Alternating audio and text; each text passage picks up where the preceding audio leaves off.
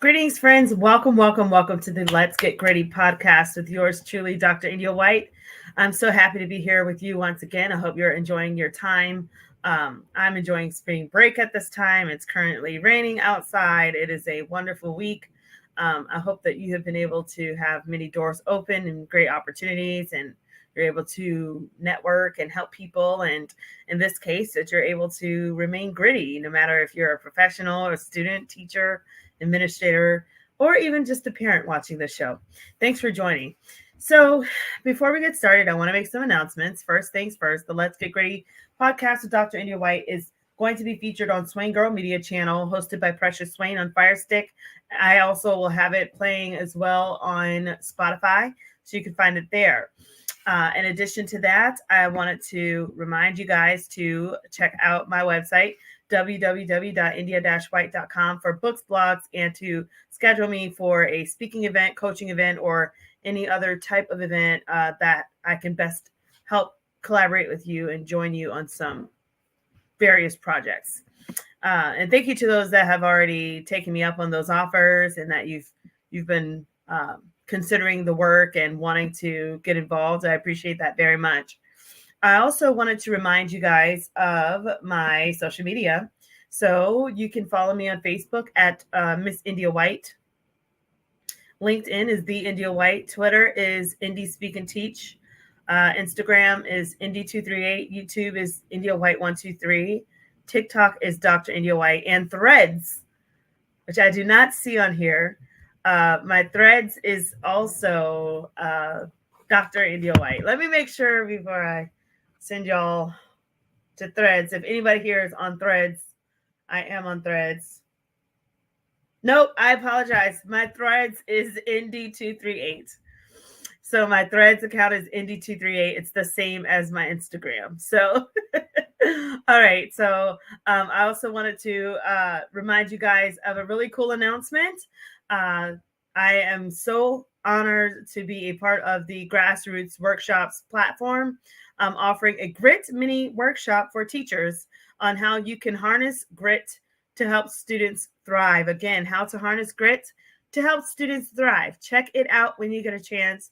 Spread the word to teachers, spread the word to your principal. Maybe you guys can do, either like a little PLC together at your schools, or, do a workshop.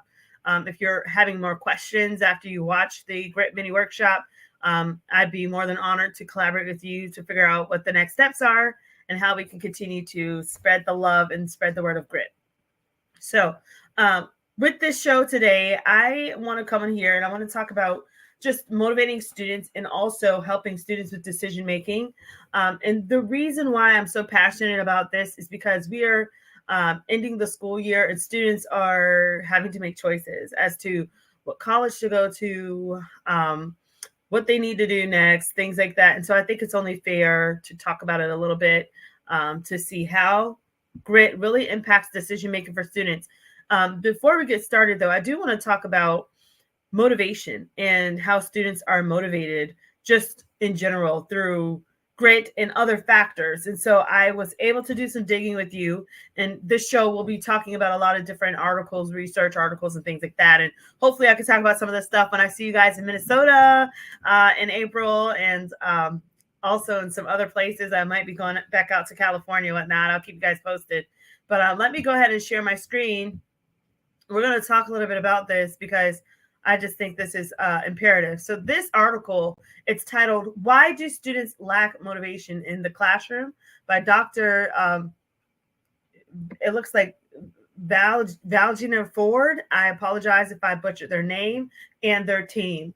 And so they wrote this. And so their whole thing is they wanted to figure out, okay, what are the factors that are, it says here, fundamentally validating the structure of academic motivation. And also they wanted to investigate social antecedents and academic consequences of motivational deficits. So their whole thing is, what is motivating high school students? So I was able to look here and do some digging. I was a little nosy for you guys. And so I want to go to the section that I found very interesting right here, where they're talking about some different research on motivation. So it says the state of motivation has been correlated to that of learned helplessness. Motivation, learned helplessness.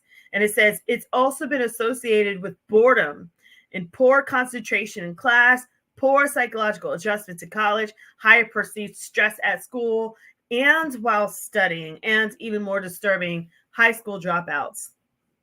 So that's called amotivation. I don't know if y'all have heard that term. I'm sure some of you experts have. Amotivation. So if your students are lacking motivation, that's amotivation. And then here they're going on in the study and they say the self-determination theory. So here's another factor. And all of these things can affect decision making of our students. So here they're saying the self-determination theory, it can be determined as a behavior through intrinsic motivation, which that's when you have that internal pleasure and interest related you're in whatever you're taking on. So they have a natural inner drive and a natural desire inward for something. So intrinsic motivation. And then extrinsic motivation, instrumental motives, something from the outside. And then amotivation, again, is the absence of motivation. So all of those affect the self-determination theory. And then they talk about intrinsic motivation more. And it talks about how it arises from a desire to learn a topic due to its inherent interests of self-fulfillment, enjoyment, and achievement of mastery of the subject. This is why video games are addictive, because kids want to master them. And then it says students that are intrinsically motivated, they may eagerly engage in an activity because of a personal interest or internal pleasure. And the thing about a video game versus like a math class is it's more engaging. So we've got to figure out how can we compete with video games across the nation, whatever we're teaching math, to make it to where it's engaging, where students will actually want to master our math class and they actually want to have an inner pleasure or inner interest, an interpersonal interest because of our math classes. And that's where there's been a disconnect. And that's where we need to really, work on taking it to the next level of our instructional delivery. Okay, so then here they're talking about determination and things like that. So I'm going to scroll down for us. Moreover, less determined forms of extrinsic motivation have been linked to negative outcomes, such as depression, narcissism, negative effect, and physical symptoms. So again, when students are not as determined due to whether it's extrinsic motivation that's linked to negative outcomes, that those negative outcomes are depression, narcissism, negative effects, and physical symptoms. It talks about too how students, they can't foresee the consequences of their behavior, nor can they see the motive behind it. So this can perhaps make them feel disintegrated or disconnected from from their action or the lack of action, right? And that'll inevitably invest in little to no vigor in their efforts. So this is pretty powerful, what they're saying here. I'm going to scroll it back up so we can see. So this is dealing with having less determined forms of extrinsic motivation. And then it's talking about other things that affect, so their ability beliefs. That represents a student's belief or their disbelief in their ability to successfully complete a task. And at the same time, there you go, it's a self-fulfilling prophecy. So what kind of conversations are our students having in the classroom that would make them feel like, yeah, I can do math, or no, I'm not able to do math, right? And so why am I saying that? Because if you look here, it says poor belief in one's ability is the major component of academic disconnection in high school. Again, so for you high school teachers, poor belief in one's ability is the major component of academic disconnection in high school. This is why we need to have the ability to motivate our students and to help them make decisions and to let them feel like they are able to do math, and also having other factors to motivate them and to engage them, whether that's having, someone they look up to, that we can refer in the textbook, someone of their, of their representation, of their cultural representation, could help them as well. And so, looking at this article, they're talking more now about motivating students and helping students. And so here it says, When students feel better about their academic abilities, more ambitious challenges are perceived and they're better known as self-efficacy. And so when that self-efficacy is doubtful, failure is to be expected. This is why we have to help our students with self-efficacy, which will then help also bridge to decision making, not only in our class, but also whenever they thrive as successful leaders in the future. So that's just a little bit about the importance of motivating our students. Now, this article, I could go on and on about this, but I want to just come back and just talk about just the seriousness of what can we do to really impact the decision making of our students. And the first thing is we do have to definitely get them motivated. I want to also share with you guys some tips that I just wanted to recommend for all teachers. So tips for helping students with gritty decision making. For one, you've got to get to the root of any blockage or anxiety that your students have. So why are they stuck at problem 1, problem 3, problem 5? Why does the student start really well and then they shut down? Or, sometimes students, they won't even get started on an assignment. And I know some of you teachers can relate to this. You'll give an activity after you've got done teaching, and then you'll say, okay, go ahead and go for it. And then you look 2-3 minutes later and the students are just staring at you like, what do you expect us to do? Like, we're waiting on you. And sometimes students need the green light. They need permission to go. They need permission to explore an activity. And some of that's learned behavior. Some of that's fear and trauma that they're hiding behind. Some students, this is why it's imperative too, to offer various opportunities for students to collaborate with their peers and to work together, whether it's through partnering or groups of 4, because sometimes that'll also help unfreeze that student and to help them actually approach the problem. And then peer-to-peer learning as well. They can feel like, motivated and inspired by their peers to even start a task. So remember, not all students are coming to a classroom confidently, especially in the area of math. So we've got to be cognizant of that. And we have to present multiple options for students to, to approach a task. And that's why, there should be, math games and things like that as well. I do have some Kahoot grit games out there as well for you guys, for you to take advantage of that on your own time. Yes, you're welcome to those that are trying to find other ways to be gritty. I do have a whole Kahoot thing and off of my grit workbook and my grit framework. So I think you'll enjoy that. But it's all about how can you introduce math in a way that's fun and engaging, in a way that students feel like they're connected to it. And so definitely getting to the root of that, getting to the root of any anxiety, having those serious one-on-one conversations with students and figuring out what the problem is, why they're afraid, what took place last night, what are they going through later on? Are they dealing with something else, grief? Are they dealing with, poverty? What are they dealing with? Are they hungry? Do they have an activity coming up, like a sporting event? Like, what's going on? Figure out the big picture of your student and see how you can minister to them in a way and support them in a way that can help them get over any blockages towards being proficient in moving forward in your math class.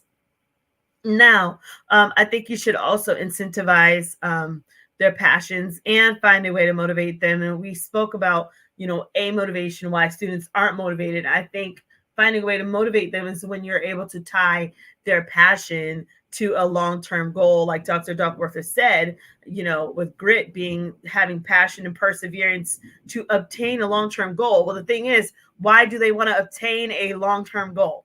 So why are they motivated to obtain a long-term goal? Why are they passionate to the point that it turns into this awesome motivation that they want to persist? Like we've got to figure out what that is. What makes them passionate about your class? Why do they need to understand your class, not just pass it, but have that sense of competency and conceptual understanding for your class? We've got to figure those things out.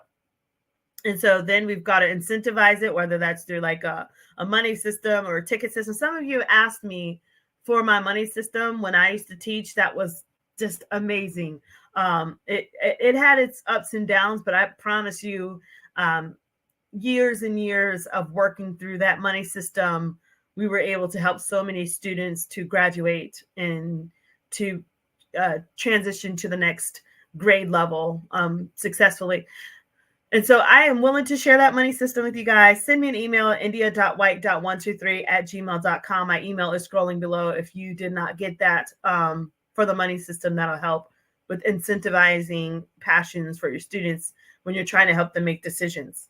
Now, remember, sometimes students are sitting on a lot of trauma and anxiety, and that's why they are afraid to make a decision because they don't want to feel like they're saying something that's off. They don't want to look weird. They don't want to be humiliated, or they've been through some abuse, whether it's emotional abuse or physical abuse, because they've tried to speak up before and it didn't go well. Or it could be a cultural thing too, where they just are expected to not be as forward. And so a part of helping a student with decision making is empowering that student voice. So I hope that many of you are doing what you can to strengthen the student voices in your classes so that they can move forward, and to know that, you know, their opinion matters, their ideas matter, and that their voice needs to be heard and empowered in your classroom. Now, the next thing I asked, or I would recommend, would be to remind your students of their goals. And then, of course, celebrating those students. So sometimes students are like, why do I have to do this? Or it's no big deal, you know? And so it's imperative to go back to why they're committed to being proficient in your class and in school in general. What are they aspiring to become when they grow up? What are they aspiring to, what class are they aspiring to get into? Are they aspiring to get into a more rigorous level class the next year? What are they wanting? So figure out those goals. And then, of course, celebrate your students and their successes. Now, I do have also in my grit workbook,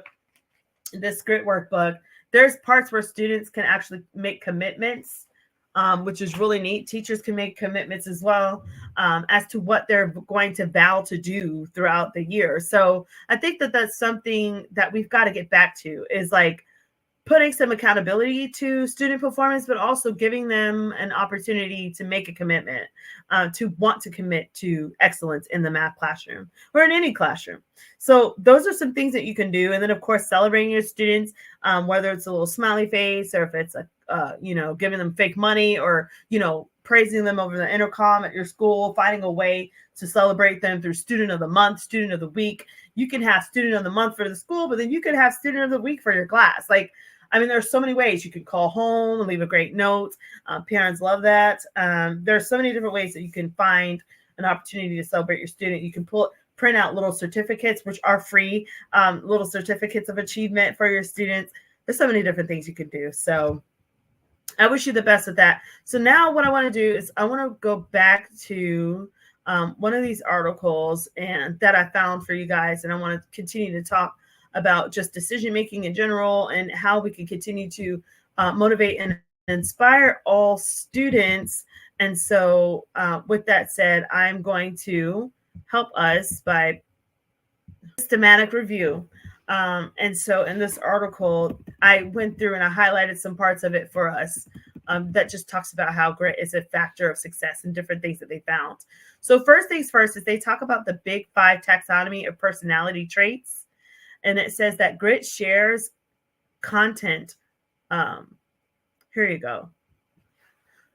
With the consciousness domain, as reflected in its conceptual relatedness of several consciousness facets, which were orderliness, dependability, self-control, and industriousness.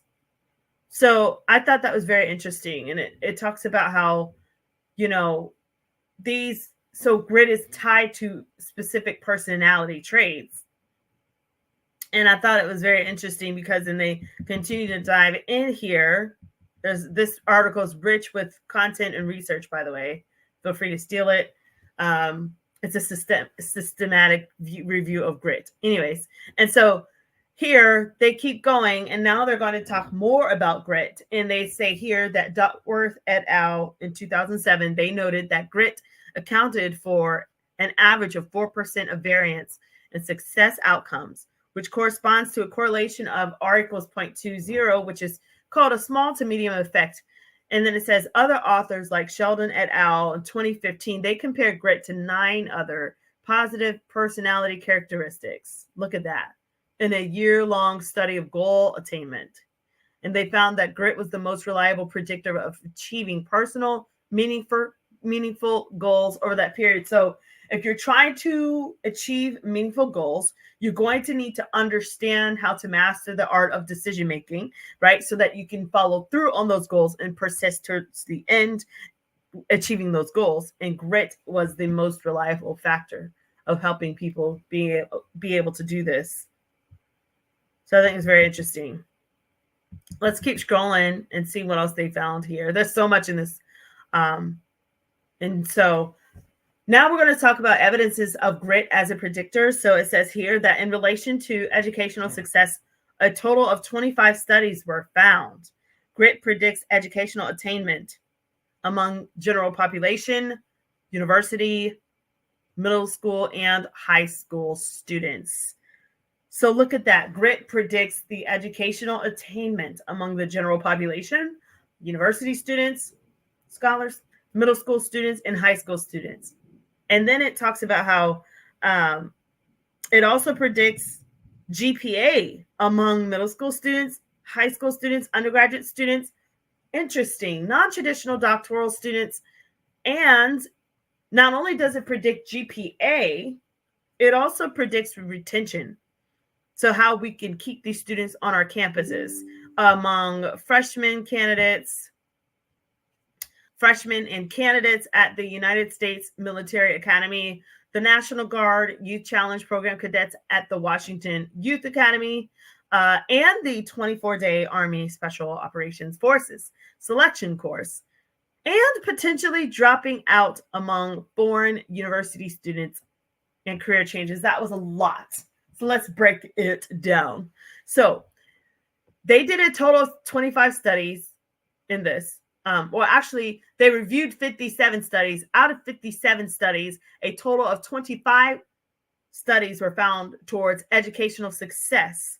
And as a result, they're seeing here that grit was tied to predicting GPAs among middle school students, high school students, undergrads, and non-traditional doctoral students. But they also found that it also predicted the retention of freshmen and candidates at the United States Military Academy, National Guard Youth Challenge Program, and beyond. So it's a powerful predictor of success. And the thing is, if these students are able to, from all these different like grade levels, they're able to persist and be retained, or not retained, like held back, but like having the retention in that program of students, there's not like a big turnover, and it was because of grit, then that means that we're on a great trajectory here towards helping students with decision making through grit. And then here it says, additionally, grit predicts well-being. It predicts burnout or stress in the workplace, and the optimism of principals and work engagement among police detectives. So it looks like grit is just one of these wonderful traits that once somebody has been able to really build it up, it works really for them. And so here's more on the study. And then it says here, finally, in relation to personal variables as predictors of grit, 28 studies were analyzed. Non-cognitive, listen to this, factors like passion, dispositional resilience, sense of relatedness to various social partners, so the friends, teachers, and parents, orientations to happiness, optimism, self-control, and positive effect, they have impact on grit in the same way as the cognitive factors do. Interesting. Such as cognitive ability, general intelligence, perceived stress, hope, search for meaning, and beliefs about intelligence. So coupled together, those factors all have an effect on grit, which could affect their decision making. And then moreover, self-transcendent motives, intrinsic self-oriented motives, extrinsic self-oriented motives for going to college, self-efficacy, purpose commitment, there you go, and achievement goal orientations significantly predict grit levels. So now we're talking. So you've got the motives of why your students are intrinsically motivated. Why are they extrinsically motivated? Their motives of why they want to go to college. So why are they making the decision to go to college? Then their self-efficacy, the purpose commitment. There you go. Having them to commit to something that's going to help with decision making. If there's a commitment involved, they're going to do what they can to commit towards being excellent so that they can persist through grit. And then, of course, having an achievement goal orientation in the mix, that's going to predict their grit levels and to help them be successful. So, very interesting. They also found here grit does not differ by marital status in adults, and therefore there's no significant differences observed in grit as reported by students or according to either religious background, sociocultural level, socioeconomic level, interesting in ethnicity or race. While some studies reveal differences between Caucasian, Hispanic, and Black students and adults. So that's very interesting. But they found that there was not really a difference in grit when it came down to these different subgroups. So very interesting. I think this is where this is going is basically, long story short, we have got to do our part when it comes down to helping students with decision making and to developing the trait of grit. And as we're helping them with being confident in their decisions and taking a stand and standing on business, then we're able to help those students to really persist through grit. And that's what we're really wanting more than anything, is so that students will not only like take the challenge of completing algebra 2, pre-calculus, whatever, or whatever the courses that they're in, but that they will persist and finish with competency and then go on to graduate, go on to be successful citizens in society, no matter what their path. If they are college and career ready, they're opening up their own business, if they're learning a trade, if they're serving a nation in the military, whatever their lot in life is, that they understand how to, make decisions. And they're going to need teachers to support them in this. So I want to just encourage you to continue to do your part in that. I'll see if I can share a little bit more with you guys about this topic, because it was just so much to this.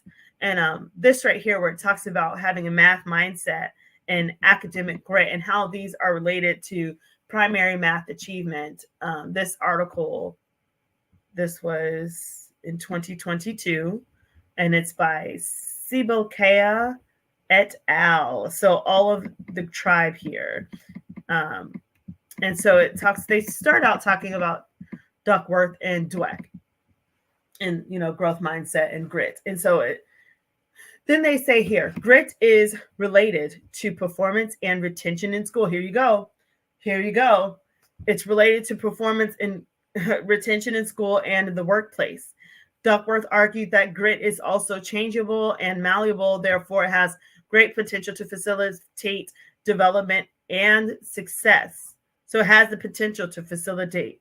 That is where that decision-making piece comes in, is when a student has those grit traits, the potential to facilitate development, to help them with the process of decision-making and to eventually be successful. And so then it talks about how the conceptualization of the mindset and grit were domain general and how it applied to all fields from the school to the workplace. So if you're a leader out there watching this, this is the same thing where you can help your team, your leaders, your employees or whatnot, your leaders to really make decisions by helping to cultivate grit and helping them with that decision making.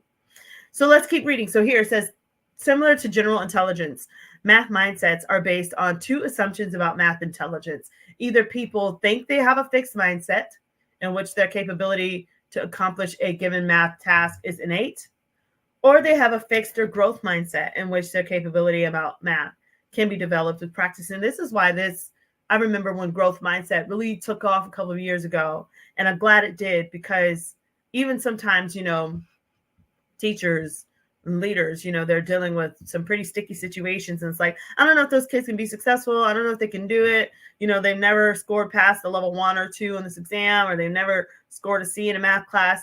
Well, that is when we really have to start having some conversations about our thinking and growth mindset. And then also having those conversations with students about how are they making decisions when they're studying? Well, how are they making decisions when they are taking tests? Some of the math rock stars I've worked with have even had complete sessions. So I know some of you are getting ready to test students on end of the year statewide tests, district tests, SAT, ACT.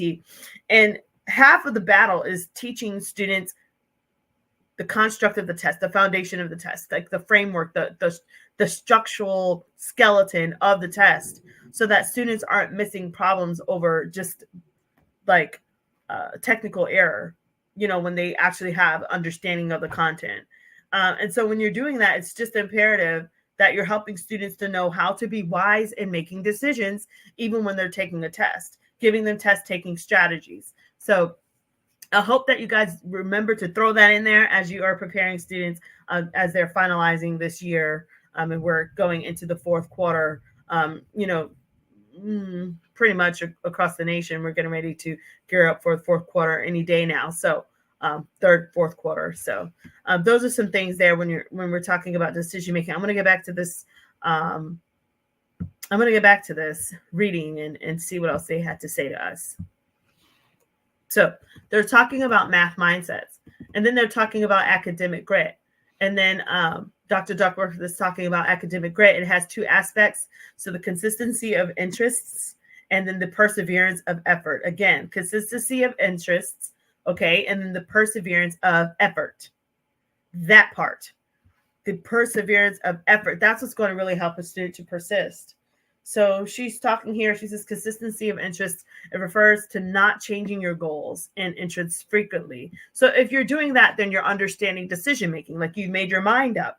The decision-making is being able to make their mind up. So we have to help students to be able to make their minds up when they're reasoning about math, when they're working on various projects and problems. And even when they're making decisions in life, we have to help them with this. And then of course, helping them with perseverance of effort. And when we're doing that, that's going to also help. It says here that when you're doing that, it implies the predisposition to work hard, even in the face of obstacles. So this right here helps the students to work hard, even in the face of obstacles. And when you're dealing with students that are coming from communities that, they might have some hardships, or they're coming from, various factors in their family element, that just makes the playing field harder for them. This is when grit matters the most, because you're able to help them to overcome, various setbacks and be successful no matter what. So these are some findings. And then here, I like this little chart here. So it starts with growth mindset on top and then fixed mindset on the bottom. And it shows both of those lead to academic grit. You start where you are, right? Like if you start with a fixed mindset, how do we work from that fixed mindset to get you to a growth mindset? And then of course, building towards academic grit, and then at the end of it all, you get math achievement. So this is the goal of it all, is math achievement. So we've got to keep digging and figuring out how we can help our students with decision making, so that they can become, they can use that trait and rely on their grittiness to really help get them through, even through hard times.